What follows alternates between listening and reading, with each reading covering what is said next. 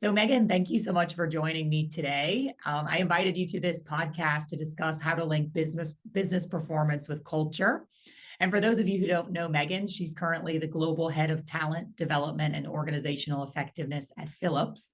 And I know you've been doing a bit of work around linking business performance and culture. And yeah, it's not so easy because culture is sometimes a bit intangible. So, yeah, how do you look at the relationship between culture and business performance? Yeah, it's a great question. And I will say culture is one of those topics that I've struggled with a bit in my career because I like things that have clear answers. I always liked math because there's a clear answer to the question, to the equation. And culture's always felt to me like something that's hard to get your hands on, right? And so I'm sort of fascinated by it for that reason. And what I'll share with you is what I've learned, right, on how to make it more tangible and connect culture to business performance.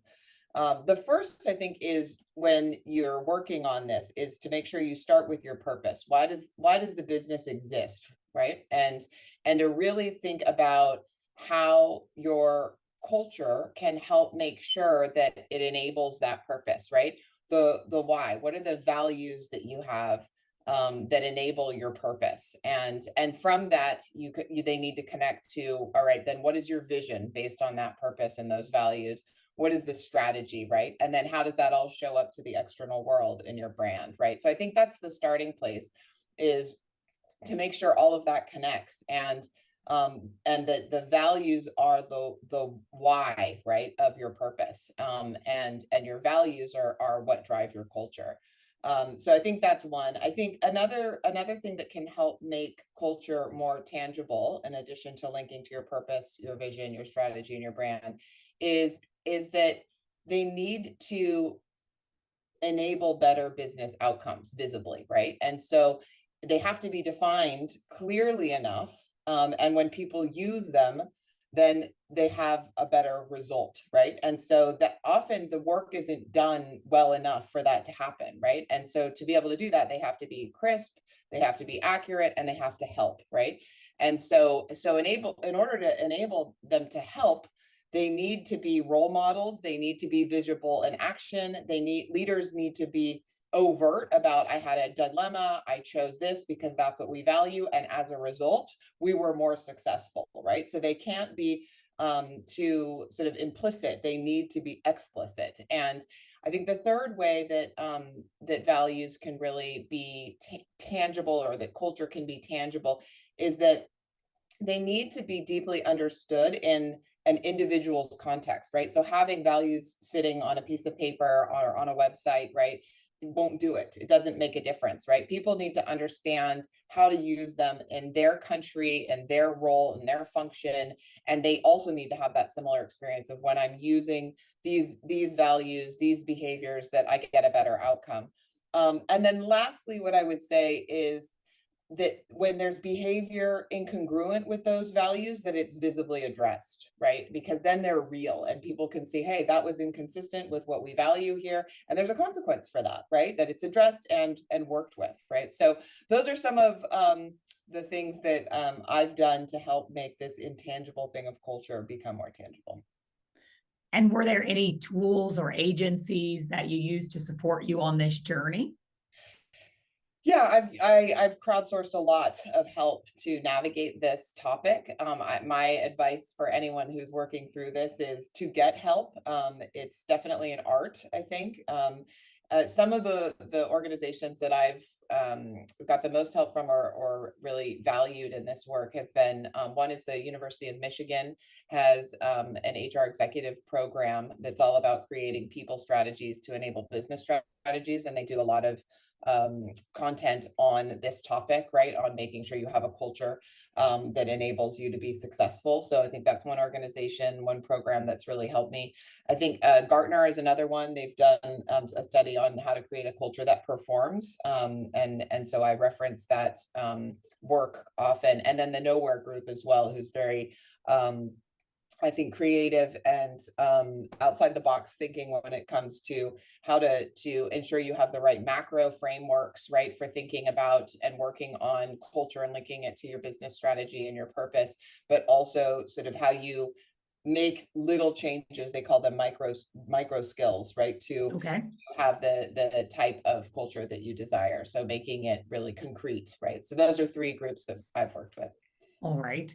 Yeah, thanks for sharing. I know whenever doing these large pieces of work, you definitely don't do it alone. So thanks for sharing that. And yeah, then how do you link that to your talent strategy internally? Yeah, good question. Right. So the way I look at a talent strategy is that the talent strategy is responsible for making sure that you have the necessary capabilities for you to deliver on your strategy. And I would put capabilities into four different buckets, right? The one is your leadership capabilities. The next is your strategic capabilities, and those would be the ones that are most critical for driving strategic growth. The third is your foundational capabilities. These are things like having the right knowledge of quality, right, FDA requirements, et cetera, right, that you cannot be in business without, but they alone will not help you win and grow. And then the fourth is cultural capabilities, or those values or behaviors, right? So I think there are those four different capabilities that fit into any talent strategy, and I see the values and the behaviors as the cultural capabilities, which is 1/4 of the equation. All right. And I know when we discussed previously, you were mentioning a bit about the capabilities and bringing specific capabilities from other companies. Could you speak a bit around, yeah, where you see the most benefit coming from, let's say, industries identifying or companies identifying which sectors or which industries they may want to be pulling capabilities from? Yeah, absolutely. Right. So I think from a process perspective, once you've identified those four capabilities that you need, then you do your gap analysis, right? What do we have and where are the gaps that we need to fill in terms of those capabilities? And we've used talent intelligence to go out and do internal and external research to better understand what we have and where we can fill those gaps from a buy and from a build perspective. So one of the areas that we've been really focusing on at Philips over the last couple of years is our medical technology and clinical capabilities. And we've gone from a big conglomerate, right, that had different sectors in semiconductor, lighting, healthcare, of course, consumer products, right?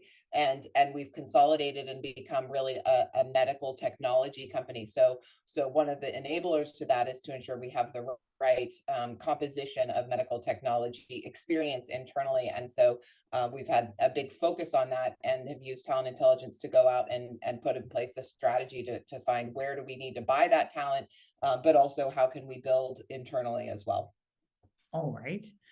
And yeah, I mean, I think one of the challenges as well that people can face is really, let's say, once they have the data, they built those strategies, how to track them. Do you have any tips on best ways to track that?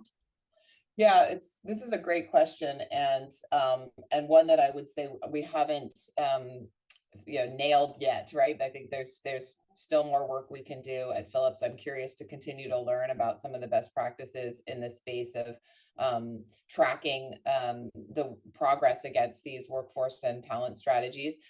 What I would say we do is the minimum, right? Which is defining what are the KPIs that we have to know when we've made progress on closing a capability gap, right? And so we've done that both from a talent acquisition perspective as well as a learning perspective. But I think that that's kind of the bare minimum, right? How do you put that all together and show that together that it's having the right that we're tracking year over year towards closing those gaps. If there are systems and tools for that, that's probably an area I'd love to learn more about. Great. Well, yeah, I will definitely link your LinkedIn profile to the podcast, to the YouTube video, in case someone wants to reach out to you, or you may want to reach out to other people in our network. I know it's always great to exchange best practices as well.